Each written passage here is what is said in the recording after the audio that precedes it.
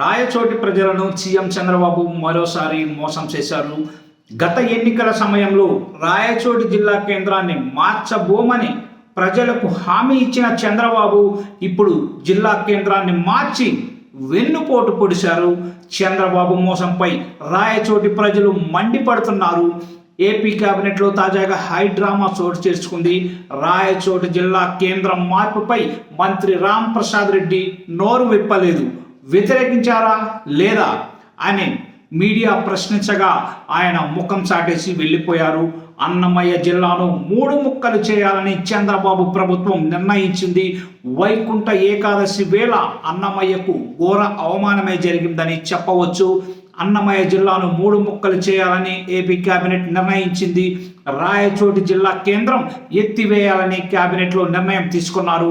రాజంపేటని కడప జిల్లాలో కలిపి మదనపల్లె కేంద్రంగా జిల్లా ఏర్పాటు చేయాలని కేబినెట్ నిర్ణయించింది. రైల్వే కోడ్ని తిరుపతి జిల్లాలో కలపాలని నిర్ణయించారు. మంత్రివర్గ సమావేశంలో మంత్రి రామ్ ప్రసాద్ రెడ్డి కన్నీళ్లంటూ లీకులు ఇస్తూ డ్రామాను రక్తి కట్టించారే కానీ జిల్లాను మాత్రం ఆపలేకపోయారు. రద్దు చేయకుండా ఆపలేకపోయారు. ఇక రాయచోటి ప్రజలకు మంత్రి రామ్ ప్రసాద్ రెడ్డి తాజాగా క్షమాపణలు అయితే చెప్పారు. నా రాజకీయ జీవితంలో ఏనాడు కన్నీళ్లు రాలేదు. ఈరోజు రాయచోటి ప్రజలకు నష్టం జరుగుతుందని కన్నీళ్లు వచ్చాయి.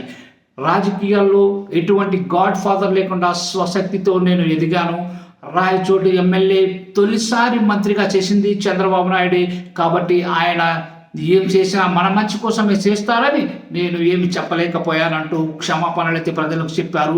ఏదేమైనా రాయచోటి ప్రజలకు మాత్రం తీవ్ర అన్యాయం జరిగిందని మనం చెప్పవచ్చు.